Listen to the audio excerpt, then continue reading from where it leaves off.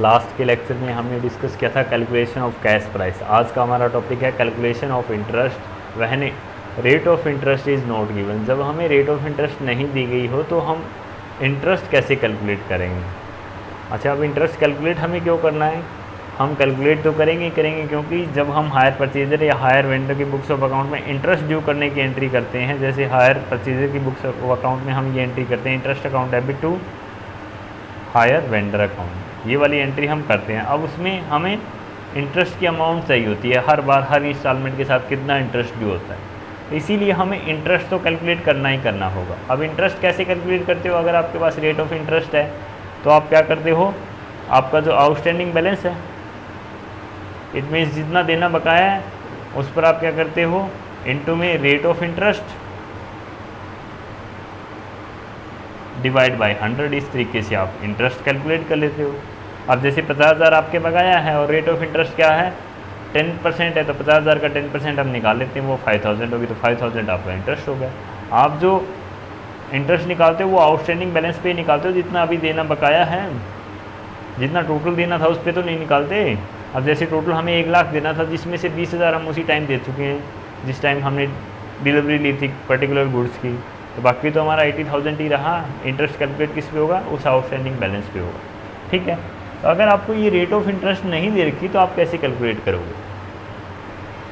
अब इसके लिए बुक में आपको 2 मेथड बताए गए हैं, वो दोनों मेथड हम डायरेक्टली डिस्कस नहीं करेंगे। पहले एक क्वेश्चन के थ्रू हम डिस्कस करेंगे, एक एग्जाम्पल हम सोल्व करेंगे, उसके थ्रू ही हम वो मेथड डिस्कस करेंगे। अब हम डायरेक्टली क्या करते हैं, वो क्वेश्चन ही सोल्व कर लेते हैं और उसके थ्रू ही हम मेथड डिस्कस करेंगे कि ये मेथड इस तरीके से हमें क्यों दिए गए।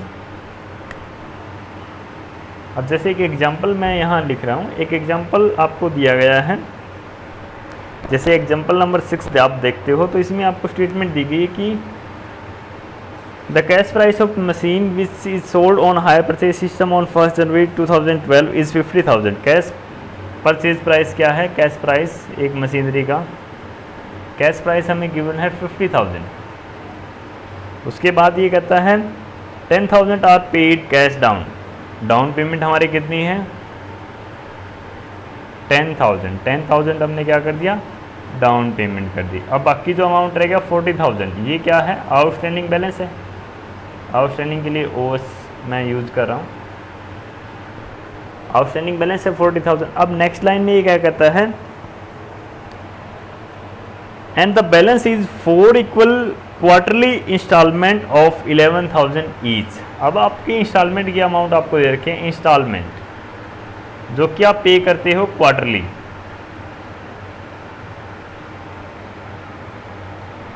आप ये पे करते हो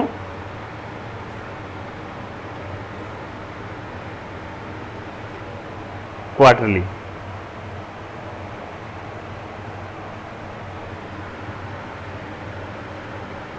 आपको ये पे करनी होती है क्वार्टरली। नंबर ऑफ इंस्टॉलमेंट आपकी 4 है और इंस्टॉलमेंट की अमाउंट आपकी कितनी है 11,000।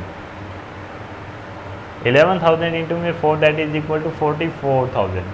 बैलेंस आपका कितना था 40,000 था। इससे आप क्या अंदाज़ा लगा सकते हो या क्या गैस कर सकते हो कि जो इंस्टॉलमेंट की अमाउंट है वो क्या है, विद इंटरेस्ट है। विद इंटरेस्ट है कि नहीं, क्योंकि इसमें इंटरेस्ट भी इंक्लूड है, नहीं तो ये 40,000 के इक्वल होता। अब इससे आप क्या निकाल सकते हो, हायर परचेज प्राइस निकाल सकते हो। आपका जो टोटल है इंस्टॉलमेंट का अमाउंट जो आपने पे किया है वो 44,000 है। आप इसमें ऐड कर दो डाउन पेमेंट जो आपने स्टार्टिंग में ही कर दी, तो टोटल मिला के आपने उस मशीनरी के लिए हायर परचेज सिस्टम के थ्रू पे किए 54,000 और कैश प्राइस था आपका 50,000। अब कैश प्राइस में से अगर आप लेस कर देते हो, सॉरी हायर परचेज प्राइस में से अगर आप कैश प्राइस लेस कर देते हो तो आपको क्या मिल जाता है, इंटरेस्ट। जो आपने एक्स्ट्रा पे किया वही तो इंटरेस्ट है। जैसा हमने लास्ट डे डिस्कस किया था, hire purchase price is equal to क्या होता है, कैश प्राइस प्लस इंटरेस्ट। जैसे हमने डिस्कस किया था, hire purchase price is equal to क्या होता है, कैश प्राइस प्लस इंटरेस्ट। इसमें इंटरेस्ट तो इंक्लूड होता है। अब अगर हमें इंटरेस्ट इज इक्वल टू निकालना हो तो इंटरेस्ट इज इक्वल टू क्या होगा, ये यहाँ के माइनस में हो जाएगा, higher purchase price minus cash price. यही हमने यहाँ किया है। इस तरीके से हमें जो पता चला 54,000 ये टोटल इंटरेस्ट है। पर इंस्टॉलमेंट पे कितना इंटरेस्ट इंक्लूड है ये अभी हमें नहीं पता। अगर इतना ईजी होता तो फिर हम यहीं तक, बिल्कुल ईजी है ये। उसके बाद हमें जो निकालना है वो निकालना है कि पर इंस्टॉलमेंट जो 11,000 के आप पे करें उसमें कितना इंटरेस्ट इंक्लूड है, हमें ये चीज़ निकालनी है। क्योंकि आप जो इंस्टॉलमेंट ड्यू करने की एंट्री करोगे उसी के साथ साथ आप इंटरेस्ट ड्यू की एंट्री करते हो, ठीक है। तो हमें पर इंस्टॉलमेंट पे कितना इंटरेस्ट इंक्लूड है ये चाहिए। अब ये आप कैसे निकालोगे, जैसा मैंने आपको बताया था कि हम जो अमाउंट है इंटरेस्ट की वो कैलकुलेट करते हैं आउटस्टैंडिंग बैलेंस के ऊपर।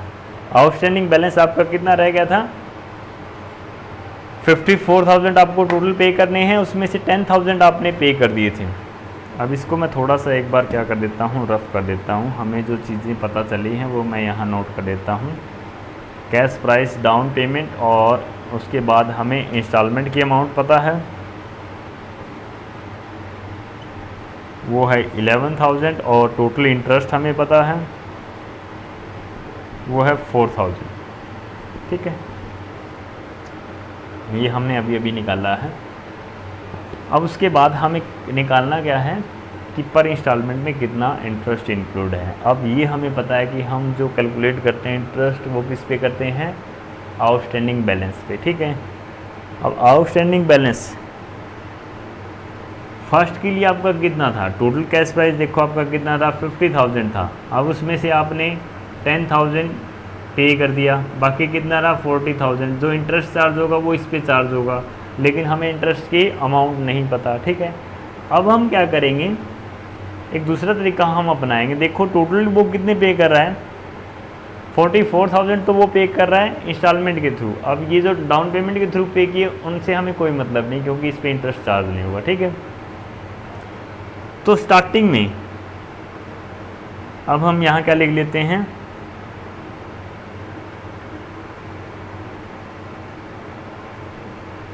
at the beginning of first year,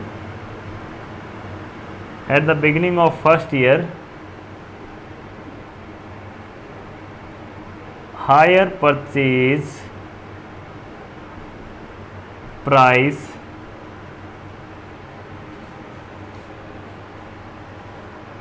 outstanding, या हम यहाँ लिख लेते हैं ये वाली चीज़, hire purchase price outstanding. Outstanding के लिए OS लिख रहा हूँ मैं। अब इसका मतलब क्या है, देखो फर्स्ट ईयर में आपका हायर परचेज प्राइस कितना आउटस्टैंडिंग था। अब ये क्यों लिख रहा हूँ ये भी मैं आपको बताऊँगा।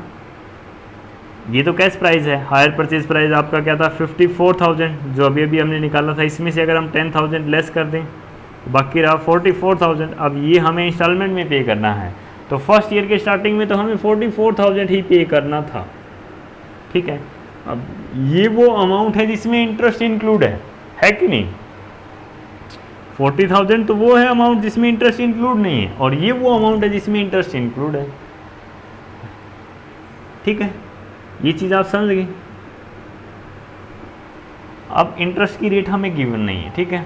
तो अब थोड़ा थोड़ा एक बार आप साथ साथ चलिए, उसके बाद हम क्या करेंगे, इसको प्रॉपर तरीके से सोल्व करेंगे। अब हम यहाँ ईयर ले रहे हैं, जो हमारी क्वार्टरली इंस्टॉलमेंट थी उसको हमने इग्नोर कर दिया। एक बार हम ईयर लेके सोल्व कर लें, बाद में आप क्वार्टरली की तरफ सोल्व कर लेना फर्स्ट ईयर के थ्रू। अब इसी तरीके से हम क्या करेंगे, at the beginning of second year के बिगिनिंग में आपके आउटस्टैंडिंग बैलेंस कितना रहेगा, हायर परचेज प्राइस का।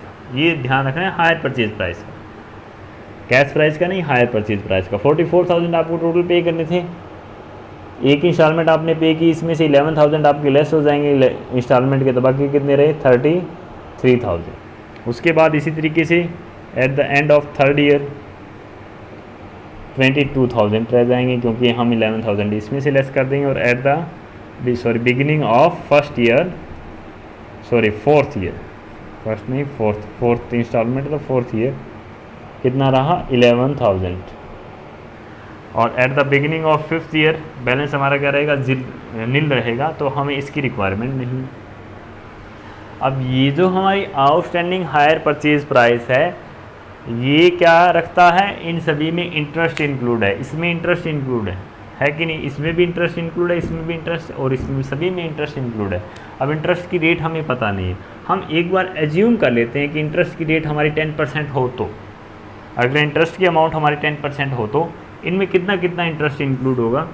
अब इंटरेस्ट मैं यहाँ लिख लेता हूँ, 44,000 वैल्यू है। अब कितने की वैल्यू है, अगर इंटरेस्ट की रेट 10% हो तो इसमें 10% इंटरेस्ट इंक्लूड है, टोटल वैल्यू हमारी 100% होती है। 100 + 10 110% की वैल्यू है कि नहीं। हमें चाहिए इंटरेस्ट की रेट क्या है 10%, हमें इंटरेस्ट की अमाउंट चाहिए ना, तो 10% की वैल्यू हम निकाल लेंगे। तो इंटरेस्ट इसमें इंक्लूड है फर्स्ट इंस्टॉलमेंट में 4,000, नेक्स्ट इंस्टॉलमेंट में इसी तरीके से हम निकाल लेंगे 33,000 में इंटरेस्ट इंक्लूड है 10%, तो उसकी वैल्यू हम निकाल रहे हैं इस तरीके से 33,000 डिवाइड बाय 110 हमने इसलिए किया क्योंकि 110 की वैल्यू है, हमें 10% की चाहिए। तो नेक्स्ट में 3,000, नेक्स्ट में 2,000 और नेक्स्ट में 1,000। ठीक है, इस तरीके से आ गया।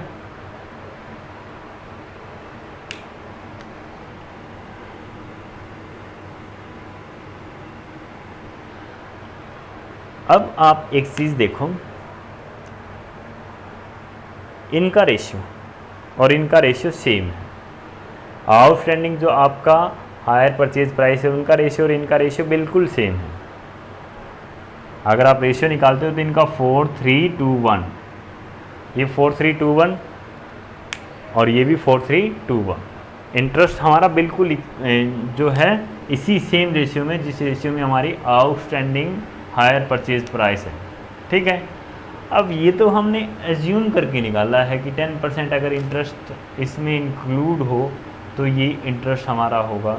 अब हमें इंटरेस्ट तो पता ही नहीं है, अगर हमें डायरेक्टली निकालना हो, अब इसमें इंटरेस्ट कितना इंक्लूड हो गया, 4 और 3 7 2 9 और 1 10,000। अब जो टोटल इंटरेस्ट हमारा आएगा, अगर 10% इंटरेस्ट की रेट होती तो 10,000 इंटरेस्ट होता हमारा, लेकिन एक्चुअल में हमारा इंटरेस्ट क्या है 4,000। अब हमें क्या करना है, 10,000 इस रेशियो में डिवाइड है, तो अगर हमारा इंटरेस्ट ये टोटल 4,000 हो तो हम क्या करेंगे, इस रेशियो में डिवाइड कर देंगे कि नहीं कर देंगे। उससे हमें क्या पता चल जाएगा कि फर्स्ट इंस्टॉलमेंट में आपका कितना इंटरेस्ट इंक्लूड है, सेकंड में कितना और थर्ड में कितना और फोर्थ में आपका कितना इंस्टॉलमेंट इंक्लूड है। ठीक है, अब सेम आप ऐसा ही कर दीजिए, इसी रेशियो में डिवाइड कर दीजिए। 4 और ये जो रेशियो आप निकालोगे 4:3:2:1, 10 आ गया टोटल इनका। आप इस रेशियो में डिवाइड करोगे तो इसमें कितना इंक्लूड है, अगर हमारा इंटरेस्ट 4,000 है तो ये तो 10,000 था तब है, अगर 4,000 हो तो रेशियो में डिवाइड करना तो आपको आता ही है। 4,000 इंटू में 4/10, फर्स्ट इंस्टॉलमेंट में इंटरेस्ट इंक्लूड है हमारा 1,600। इसी तरीके से सेकंड में हम निकाल लेंगे 4,000 इंटू में 3/10, इसमें 1,200। इसी तरीके से थर्ड में 4,000 इंटू में 2/10 800, और नेक्स्ट में 4,000 इंटू में 1/10 दैट इज इक्वल टू 400। अब ये जो इंटरेस्ट आप इसका टोटल करके देखो 4,000 ही आएगा। अब ये इंटरेस्ट हमने डिवाइड कर दिया, हमें इंटरेस्ट रेट चाहे ना पता हो। अब ये भी क्या होगा, इसी तरीके से इंटरेस्ट डिवाइडेड होगा, क्योंकि अगर हमारी जो हायर परचेज का आउटस्टैंडिंग बैलेंस है, बेसिकली जो हमारा इंटरेस्ट होता है वो इसी रेशियो में होता है। हायर परचेज प्राइस का जो आउटस्टैंडिंग बैलेंस होता है, हमारा जो इंटरेस्ट होता है वो उसी रेशियो में डिवाइड होता है। ठीक है, अब ये तो हमने डिवाइड कर दिया इसी रेशियो में डिवाइड कर दिया। अब हम बुक वाले मेथड पे चलते हैं, ये तो ओरिजिनल तरीका है। आप इस तरीके से क्या करोगे, आउटस्टैंडिंग बैलेंस निकाल लोगे, उनका रेशियो निकाल लोगे और फिर डिवाइड कर दोगे उस रेशियो में। ठीक है, अब बुक में आपको क्या दिया गया है, बुक में जो आपको शॉर्टकट मेथड बताए हैं, पहला मेथड है हमारा इनवर्स प्रोग्रेसिव मेथड। पहला मेथड हमारा इनवर्स प्रोग्रेसिव मेथड। हम इसमें क्या करते हैं, इनवर्स प्रोग्रेसिव मेथड में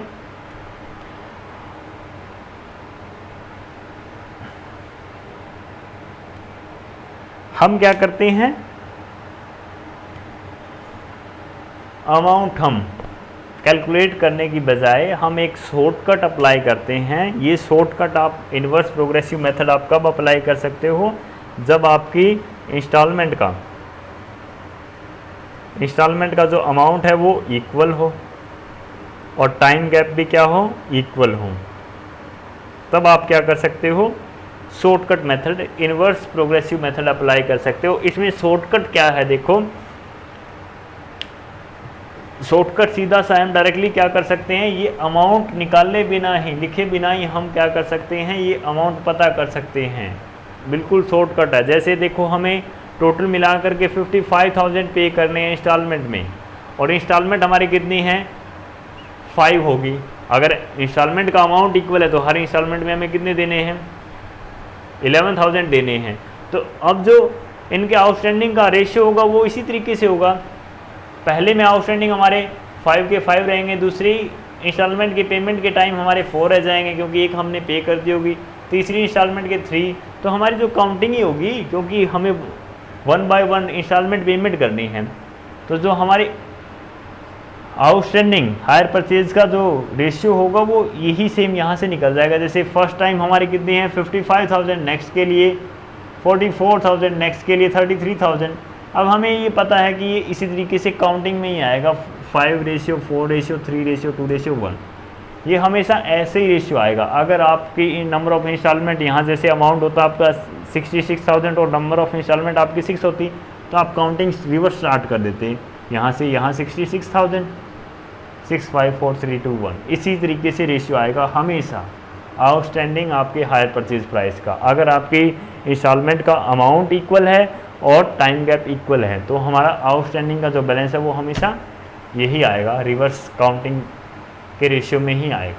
ठीक है, तो हम क्या करते हैं, ये वाली अमाउंट कैलकुलेट करने की बजाय इन्वर्स प्रोग्रेसिव मेथड में हम क्या करते हैं, डायरेक्टली मेथड अप्लाई करते हैं कि जो हमारी नंबर ऑफ़ इंस्टॉलमेंट है, जैसे इस क्वेश्चन में हमारी नंबर ऑफ़ इंस्टॉलमेंट कितनी है 4, तो हम क्या करते हैं 4 से काउंटिंग स्टार्ट करते हैं, 4, 3, 2, 1।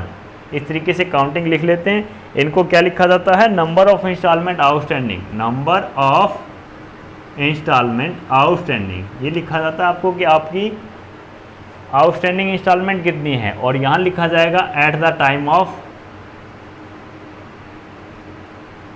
First instalment. फर्स्ट इंस्टॉलमेंट के टाइम आपकी कितनी इंस्टॉलमेंट आउटस्टैंडिंग थी, चारों की चारों जितनी की जितनी थी, और सेकंड के टाइम 3 थी, थर्ड के टाइम 2 थी, और लास्ट के टाइम आपकी फोर्थ के टाइम 1 थी। तो इस तरीके से आपने आउटस्टैंडिंग जो इंस्टॉलमेंट है वो निकाले। अब आप इनका रेशियो निकल ही गया आपके सामने, टोटल इनका 10 है। अब जो टोटल इंटरेस्ट आपका आया, जैसे 4,000 आया, अब डायरेक्टली आप उसको इस रेशियो में डिवाइड कर दो। अगर हम उस रेशियो में डिवाइड करते हैं तो हमारा सेम ही आएगा, 1,600, 1,200, 800 एंड 400। तो ये तो जो शॉर्टकट है, ये शॉर्टकट कैसे बना है, इसी तरीके से तो बना है। अगर हमारी इंस्टॉलमेंट की अमाउंट इक्वल रहेगी और टाइम गैप इक्वल रहेगा तो डायरेक्टली हमें पता है कि हर साल हम 11,000 ही पे कर रहे हैं, तो जो टोटल अमाउंट है वो उसी सेम अमाउंट से कम होता चला जाएगा। तो लास्ट तक अगर हम इस तरीके से लिखेंगे आउटस्टैंडिंग हायर परचेज प्राइस और फिर उसका रेशियो निकालेंगे तो वो रिवर्स काउंटिंग होगी जितनी भी हमारी नंबर ऑफ़ इंस्टॉलमेंट है। ठीक है, तो इस तरीके से आप क्या कर सकते हो, फर्स्ट मेथड को अप्लाई करके डायरेक्टली क्या निकाल सकते हो, शॉर्टकट के थ्रू इंटरेस्ट निकाल सकते हो कि किस इंस्टॉलमेंट पे कितना इंटरेस्ट आपका इंक्लूड है। ठीक है, अब जो दूसरा मेथड आपको करवाया गया है वो हम साथ के साथ वो भी कर लेते हैं। दूसरा मेथड आपको बताया गया है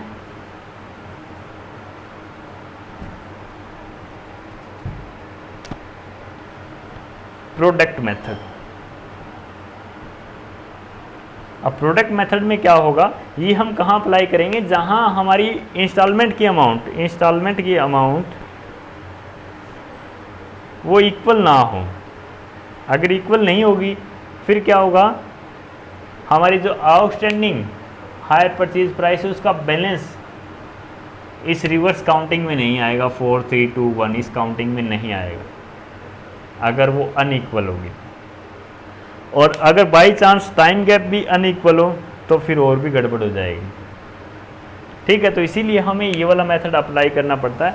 इस वाले मेथड में हम सेम इसी तरीके से क्वेश्चन सोल्व करते हैं। सबसे पहले हम क्या निकालते हैं, आउटस्टैंडिंग बैलेंस निकालते हैं, और फिर हम क्या करते हैं, टाइम निकालते हैं कि कितने टाइम के लिए वो आउटस्टैंडिंग रहा।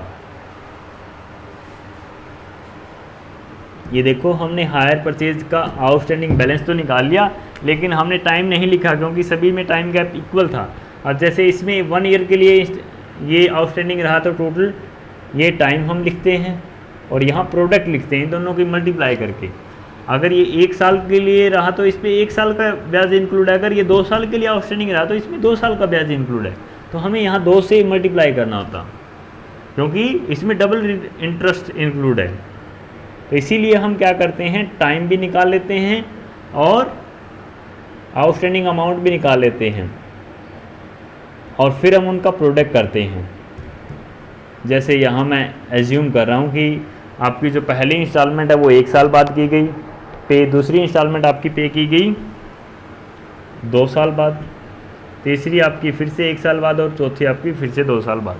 ये आपकी अमाउंट रही। तो यहाँ जो प्रोडक्ट आएगा 44,000, 66,000, और यहाँ 22,000 सॉरी, और यहाँ भी 22,000। अब इस आउटस्टैंडिंग जो आपका बैलेंस था, प्रोडक्ट था, इसका रेशियो आपको निकालना होगा। इसका रेशियो अगर आप निकालते हो 2:3 रेशियो 1:1, ये रेशियो आएगा। देखो अब सेम नहीं आ रहा ना रिवर्स काउंटिंग, अगर हम इनका रेशियो निकालेंगे तो अब जो इंटरेस्ट डिवाइड होगा वो इस रेशियो में डिवाइड होगा। ठीक है, तो ये हमारा ओरिजिनल मेथड होता है, इसी से शॉर्टकट बनाया गया है। वो ओरिजिनल मेथड हमारा क्या है, प्रोडक्ट मेथड है, जो अभी हमने डिस्कस कर लिया। ठीक है, अब ये तो तब है जब आपका टाइम गैप इक्वल ना हो। अगर आपका टाइम गैप इक्वल हो तो आप क्या करोगे, इसी रेशियो में डिवाइड कर दोगे, और अगर आपका टाइम गैप इक्वल ना हो तो आप टाइम गैप भी यहाँ लिख लोगे, और फिर प्रोडक्ट आप पता करोगे, और फिर प्रोडक्ट का जो रेशियो आता है उसमें आप डिवाइड करोगे। अब जैसे एक एग्जांपल हम अगेन सोल्व कर लेते हैं ताकि और अच्छे से आप समझ जाओ।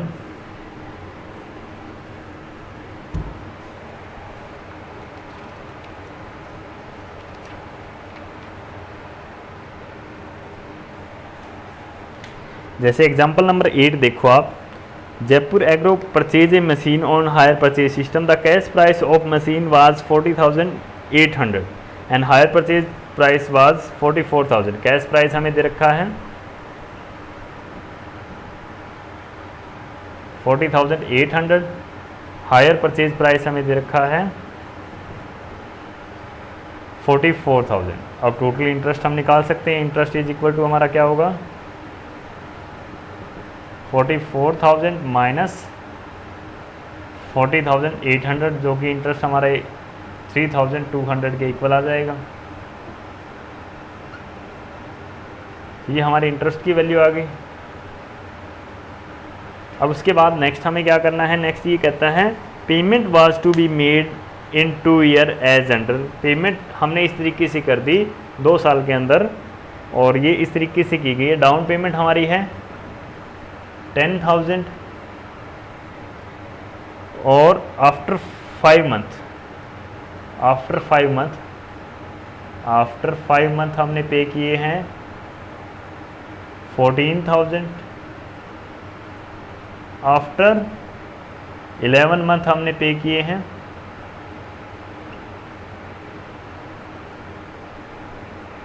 6,000, और आफ्टर 16 मंथ हमने पे किए हैं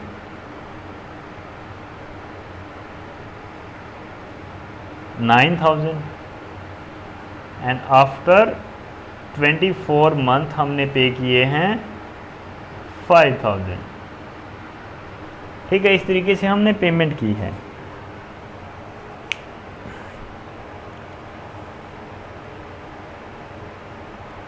अब ये कहता है machine is purchase on 1 April 2011 and the date of payment of each instalment is counted from this date. हमें इस डेट से इंस्टॉलमेंट की जो डेट है वो काउंट करनी। Prepare necessary account in the books of purchaser assuming depreciation at the rate of 15% per annum on the original cost of the machine. Books are close on 31 March every year. Books हमेशा close की जाती है 31 मार्च को। Depreciation की जो आपकी rate है वो 15% है, किस पे है, स्ट्रेट लाइन मेथड के थ्रू है या ओरिजिनल कॉस्ट मेथड है ये।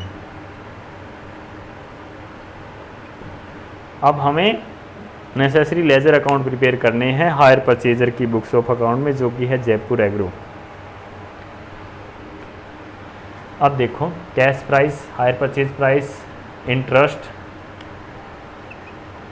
हमने निकाल लिया, टोटल इंटरेस्ट हमें पता है, लेकिन हमें ये नहीं पता किस इंस्टॉलमेंट में कितना इंटरेस्ट इंक्लूड है। अब उसके बाद हम देखते हैं डाउन पेमेंट, और जो हमारी इंस्टॉलमेंट की अमाउंट है वो भी डिफरेंट है और यहाँ टाइम गैप भी डिफरेंट है। पहला हमने 5 महीने के बाद पे की इंस्टॉलमेंट, दूसरी हमने 5 महीने के बाद 6 महीने बाद पे की है, क्योंकि ये जो 11 मंथ है ये स्टार्टिंग से है। और फिर उसके बाद हमने 5 मंथ के बाद फिर पेमेंट की, और फिर हमने 8 मंथ के बाद पेमेंट की है थर्ड इंस्टॉलमेंट की। ठीक है, ये जो टोटल 4 इंस्टॉलमेंट की पेमेंट की गई है विद इन 2 ईयर है, 2 साल के अंदर अंदर है। ठीक है, तो ये आपने ऐसे नहीं लगा लेना है कि पहले इंस्टॉलमेंट आपने 5 मंथ के बाद पे की, जैसे जनवरी से आपने स्टार्ट किया तो पहले इंस्टॉलमेंट आपने मई में पे की है, जनवरी 2020 में मान लेते हैं आपने स्टार्ट किया था, तो ये 5 महीने बाद 1 जून को आपने पे की है। और उसके बाद आपने ऐसा नहीं अज्यूम करना है कि नेक्स्ट जो आपने पे की है वो 11 मंथ बाद, तो जून के बाद 11 आपको काउंट नहीं करने, जनवरी से ही काउंट करोगे आप। तो नेक्स्ट जो इंस्टॉलमेंट आपने पे की है वो पे की है 11 दिसंबर में, नवंबर तक आपके 11 मंथ कंप्लीट हो जाए, दिसंबर में आपने पे की है। ठीक है, तो इस तरीके से ये आपको दी गई स्टेटमेंट। अब दोनों चीज़ें अलग अलग हैं, आपकी अमाउंट भी इंस्टॉलमेंट की अलग है और आपका टाइम गैप भी अलग है। अब आपको क्या करना होगा, आउटस्टैंडिंग अमाउंट आपको कैलकुलेट करना होगा।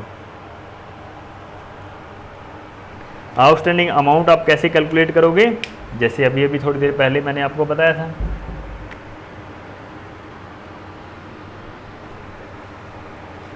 Outstanding amount,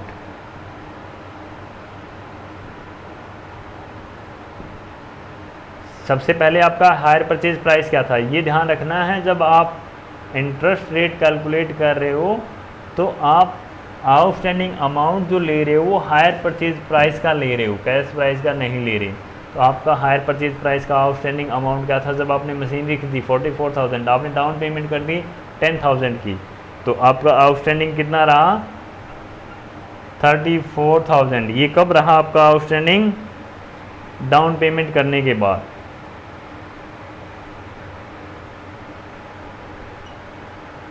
after down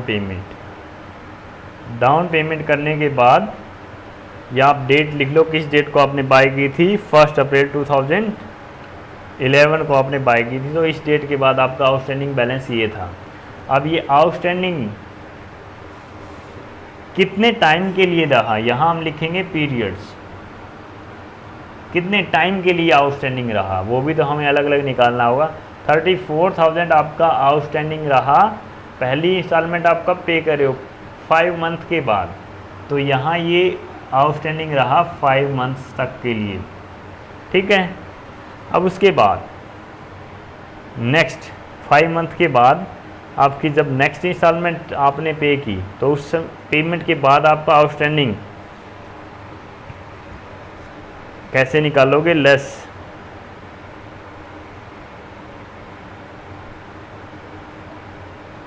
amount of first instalment,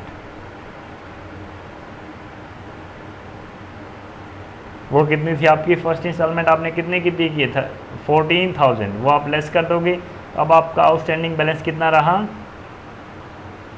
20,000, और ये 20,000 आउटस्टैंडिंग बैलेंस है, ये कब तक रहा, कितने महीने और रहा। ये पहली आउटस्टैंडिंग आपने पहली किस्त पे की थी 5 महीने के बाद, दूसरी आप पे कर रहे हो स्टार्टिंग से लेकर के 11 महीने के बाद, तो 11 में से अगर हम 5 लेस करें तो ये कितने रहा 6 महीने और आउटस्टैंडिंग रहा ये, क्योंकि ये जो 11 महीने ये स्टार्टिंग डेट से, इस डेट से है, तो इस डेट से तो 5 महीने तक आउटस्टैंडिंग, तो हमने ये दिखा दिया। बाकी के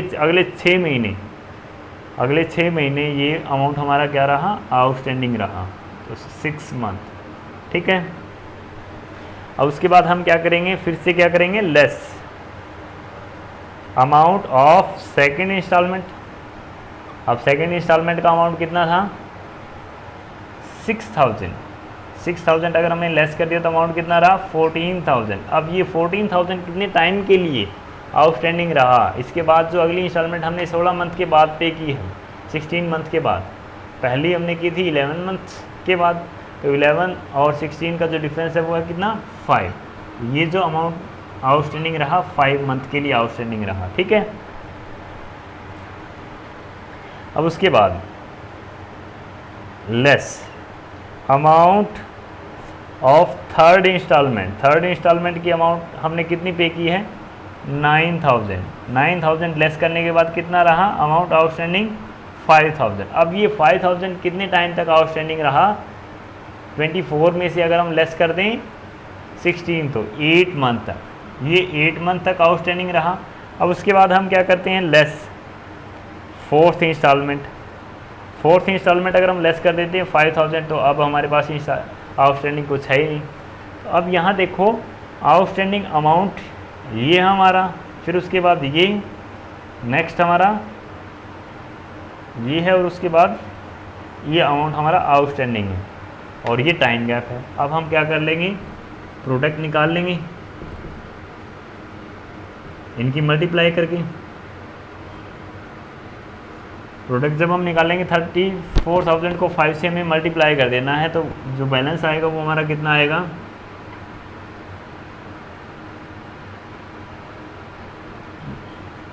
1,70,000। नेक्स्ट को हम मल्टीप्लाई करेंगे 6 से तो 1,20,000।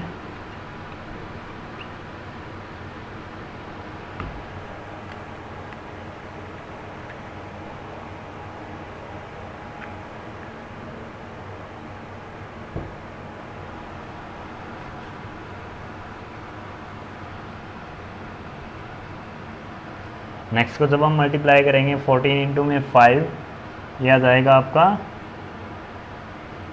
70,000। नेक्स्ट को जब हम मल्टीप्लाई करेंगे 8 इंटू में 5 40,000। अब ये जो बैलेंस है ये आउटस्टैंडिंग बैलेंस है। अब प्रोडक्ट जो है इसका रेशियो आपको निकालना होगा। इसका रेशियो अगर आप निकालते हो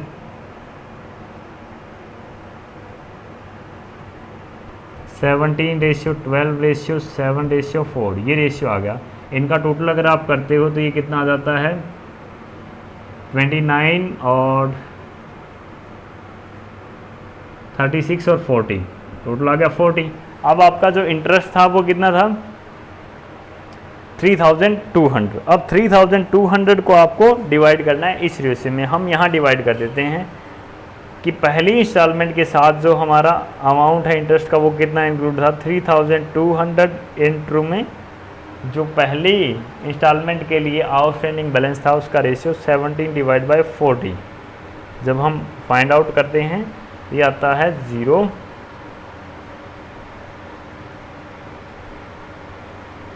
एट्टी को 17 से मल्टीप्लाई करना है हमें, तो ये आ जाएगा आपका 800 तो आ गया डायरेक्टली, और उसके बाद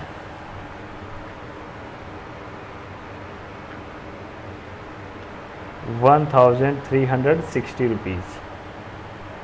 फर्स्ट के लिए आपका ये आ गया। नेक्स्ट के लिए 3200 इंटू में अब हमें मल्टीप्लाई करना है 12/40। 80 को अब हम मल्टीप्लाई करेंगे 12 से, तो ये आ जाएगा आपका 960।